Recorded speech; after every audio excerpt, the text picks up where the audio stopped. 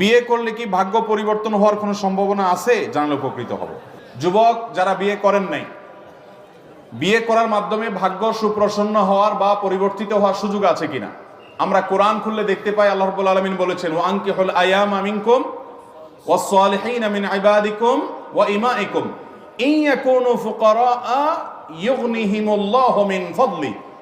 আল্লাহ অভিভাবকদেরকে নির্দেশ করেছেন, তোমরা তোমাদের অধীনস্থদেরকে বিবাহ শাদী দাও, তারা যদি একটু টাকা পয়সার অভাব অনটনের টুকটাক টান থাকেও, তাহলে আল্লাহ তাআলা তাদেরকে বিয়ের পর তাদেরকে সচ্ছলতা দান করবেন।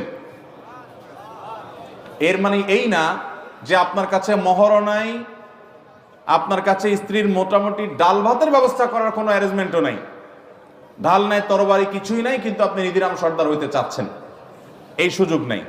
যদি আপনার মোহর দেওয়ার কোনো ব্যবস্থা না থাকে, ডাল ভাতের জোগাড় করারও ব্যবস্থা না থাকে, তাহলে